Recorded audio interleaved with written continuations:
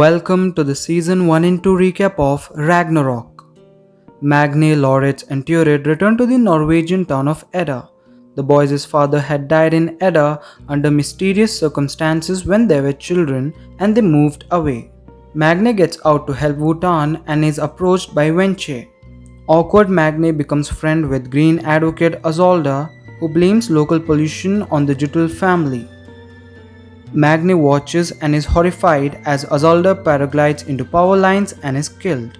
That night, a distraught Magne hurls his father's sledgehammer into a thunderstorm. It disappears into the clouds with a flash of lightning.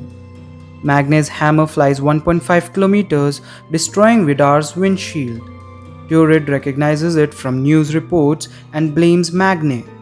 Students mourn Azalda's death. Magne suspects it was no accident.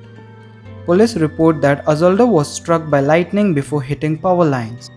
Vidar admits he killed Azalda. He searches for her mobile.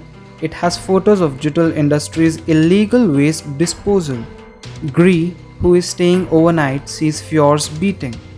The sires return from Azalda's funeral and saw that their home was ransacked.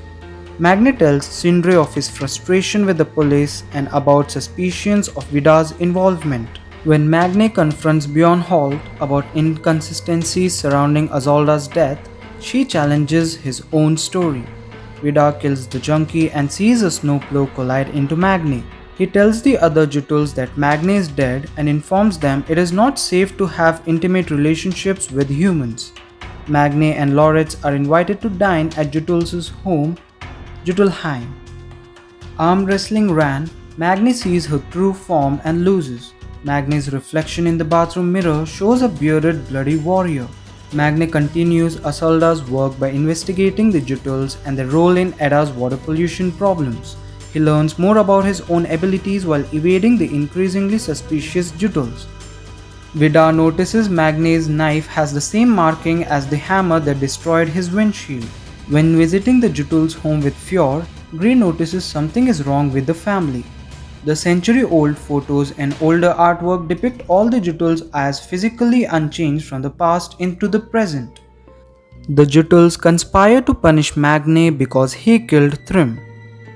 When Magne proposes to write a critical assignment about Jutul Industries, he is confronted at a meeting attended by Rand, Sindre, Eric and Turid. Nevertheless, Eric privately hands over Azalda's mobile to Magne, which Eric had found on the mountain. Magne unlocks it and finds incriminating photos of Jutul Industries' water pollution. Grey continues her relationship with Fjord even though she finds him odd, while his family increasingly puts pressure on him to break the relationship off. A Jutul-appointed psychiatrist misdiagnoses Magne with schizophrenia. He refuses to take antipsychotics. Turid criticizes Magne's anti-Jutul behavior. Fjord displays feelings for Gree and tries to help her family. He informs Magne that the toxic barrels from Jutul Industries are due to be shipped away. Jutuls order Fjord to kill Gree with Saxard, threatening to do so herself. Police belatedly begin an investigation despite Vidar's attempt to intimidate Ingvild. Fjord starts to attack Gree, but Magne saves her. Vidar arrives, identifies Magne as Thor and attacks. Before they battle, Magne wants Fjord and Gree to flee. Magne is hurt by the lightning but survives. At the celebrations, Lauritz, dressed as Ran, gives a pretentious speech in front of the whole town, sarcastically pointing out how despite Norway being a democracy, no choice actually exists for common people while Jutuls exploit them. Due to their powerful position, Jutuls are least affected by climate change. Both Magne and Vidar survived their fight. Wenche watched turn into an eagle and flew away. Wenche takes Magne to another reality where he learns he has to prepare for a battle, gather allies, and create his weapon, Mjolnir. Jutuls conduct a war council over Magne's growing powers. Fjord decides to leave Jutulheim and live with Gree. New student Imam joins Magne's fight against the Jutuls. Lauritz feels dumped because his love interest Jens did not show. He confesses to Turid that he feels an outsider with no similarities to Osborne or Magne and due to his sexuality. On returning home, Magne finds Lauritz and Vidar hugging. Vidar takes Loritz on a motorcycle trip up the mountain and spends time bonding with him. He attempts to get Loritz to spy on Magni, but Loritz immediately sees through the ploy and refuses. Harry's mocked up hammer does not return to his hand as Mjolnir should. Harry's mocked up hammer does not return to his hand as Mjolnir should. It was improperly forged without ancient metal or a magical fire. Loritz tells Magni that even if Vidar is his father, they are still brothers and informs him that Ran plans to kill Wenche as she was helping Magni.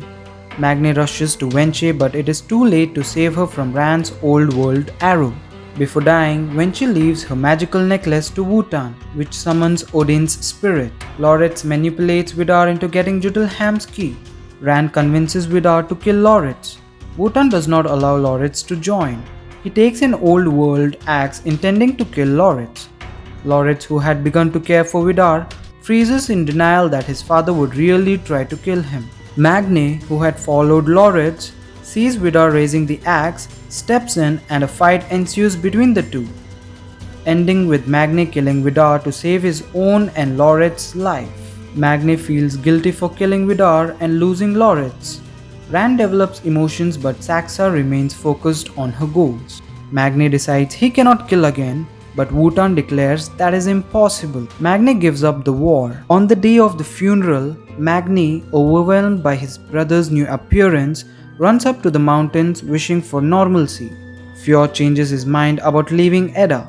He attends the funeral and decides to avenge Vidar. Gree leaves Edda while Fjord claims Vidar's old world axe. Fjord takes over Jutul Industries, excluding Saxa. Neither Imam nor Harry acknowledge Magni anymore. Loritz returns to Jutulheim, where Rand demands his key. Rand confirms that Vidar had agreed to kill him. Magni confronts Fjord but is knocked down easily. Magni asks Wotan to rejoin without killing anyone. Magni decides to do whatever it takes to win the war and returns to Wotan to resume his powers. Wotan tells him that his greatest weapon is Mjolnir, his only chance against the giants. Magni decides to lie to Loritz and get the Jutulheim key.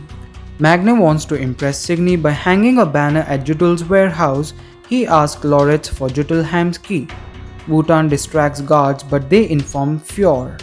Imam and Harry fight Fjord. Harry loses part of his arm. Magni awakens Mjolnir by holding it aloft until hit by lightning, and his power returns. Fjord is about to kill Loritz when he claims he can kill Magni. As Fjord and Ran are about to leave, Magni appears in front and attacks them with Mjolnir, but they escape. Loritz releases Jormungandr into the water. Ran and Fjord watch from the shore. Thank you for watching the recap, and if you liked it, then please give a thumbs up and subscribe to our channel.